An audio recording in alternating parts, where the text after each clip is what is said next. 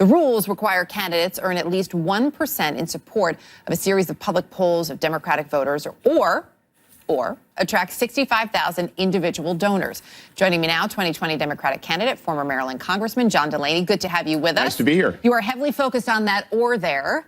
Well, we want to make both of them, so we're, working on the polling, too. That's right. But at the same time, so you've put out, the Washington Post actually likened this video that you put out, the Delaney Debate Challenge, they likened it to an infomercial for Ginsu knives. But you are trying to get to that magic number of 65,000 individual donors, and you have an interesting proposition. They donate $1. Meet, each of the criteria that's been established, yeah. So we'll be watching that. We'll be watching the counter. We know there are some tickers on other people's websites, too. Yes. A lot of what you talk about. You talk about bipartisanship. Yes. You don't shy away from the word capitalism. You're an entrepreneur, a successful businessman. But you also have a lot of support for social programs. Socialism, at least in some circles, has become a dirty word. How do you feel about it? A lot of things that you talk about that are very important to you. Public education. Yes. You talked about social programs, infrastructure. Yes. And yet some of the hottest topics on the campaign trail that we are hearing, we're going to do a little lightning round here to get your take, are none of those things. I think it's not going to change.